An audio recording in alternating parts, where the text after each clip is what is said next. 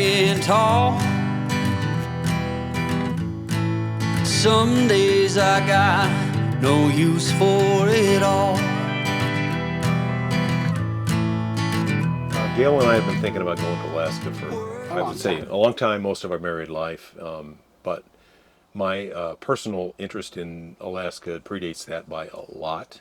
Probably back to when I was a young child, even to the point where in second grade, our teacher asked us, Mrs. Frost asked us to pick a poem to memorize, and I chose The Cremation of Sam McGee, which, if anybody knows anything about that poem, it's pretty gruesome. It's horrible. It's long, and it's about the Yukon. And both of those things were like, I was all in on that. Shocking. Because it's shocking that your mother and a teacher. my mother didn't know. My Well, mother probably didn't know.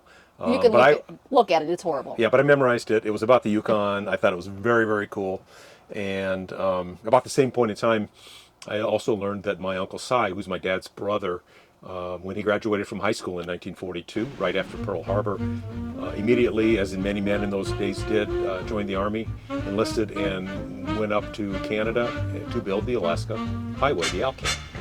Which is a miraculous feat that was accomplished in about 9 months. By the end of 1942, they had a roadway from Dawson Creek all the way to Delta Junction, Alaska, which is the route we are actually in process of taking right now.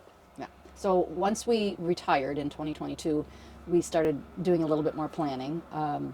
But bears and mosquitoes being what they are in Alaska, we had to transition from being tent campers to being to glamping in an RV, and hence we come to you from inside of Gertrude, our Airstream trade wind, who is towed by the Beast, our Ford Super Duty F-350 power boost, baby.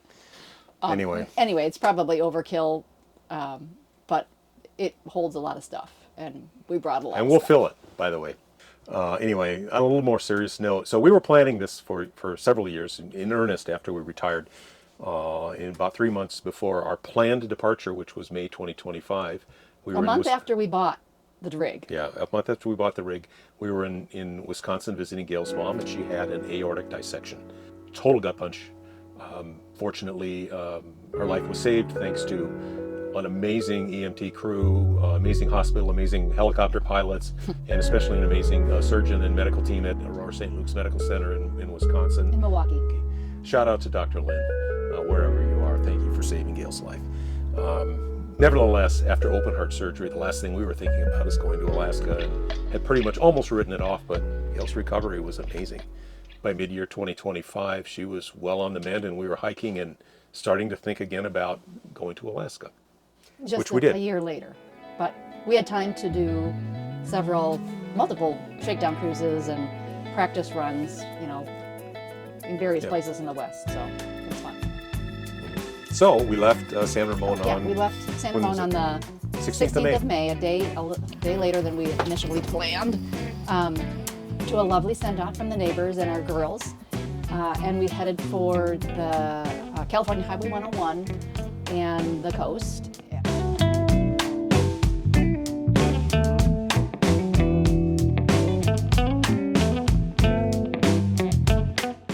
What is the name for this? Chinese fire drill? Yeah. Chinese fire Why do they drill. call it that? I don't know. But look at that.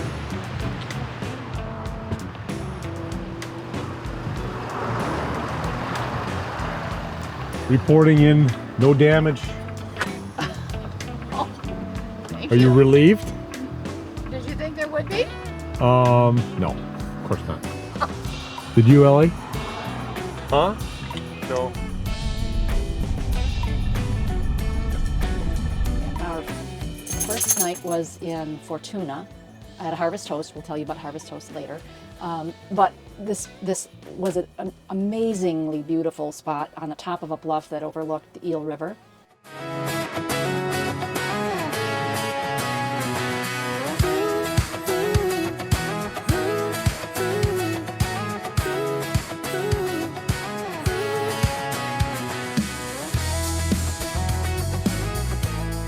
And Fortuna is about 30 miles, just a little bit south of Eureka.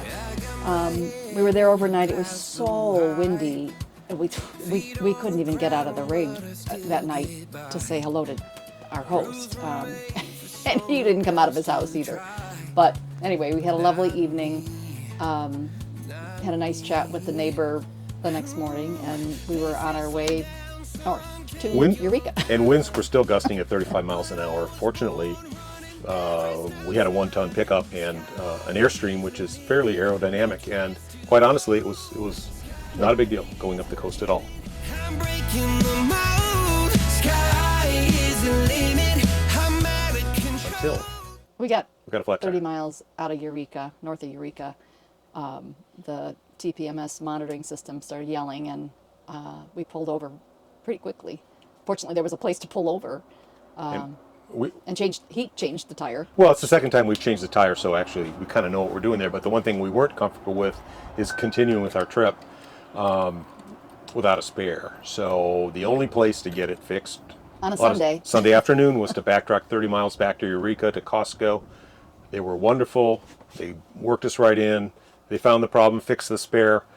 We got the new tire remounted, and I got a chicken bake, which was like it made my day. Totally. So as you might guess, we are now in British Columbia in Fort Nelson, which is 300 and some miles up the Alcan, and we're trying to catch up on these videos. We're obviously behind, but we're gonna do some catch-up videos in Oregon and Washington and southern BC before we hit the Alcan. And if you're still watching this, thank you. This is a whole new thing for us. It's not going to be perfect. It's homemade.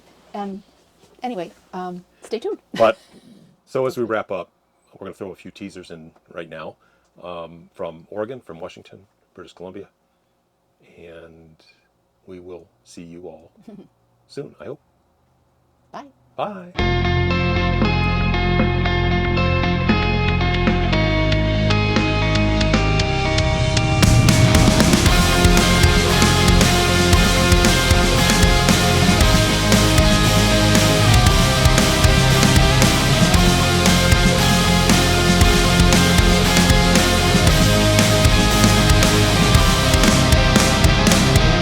Racing my own thoughts into the silence, seeking the guidance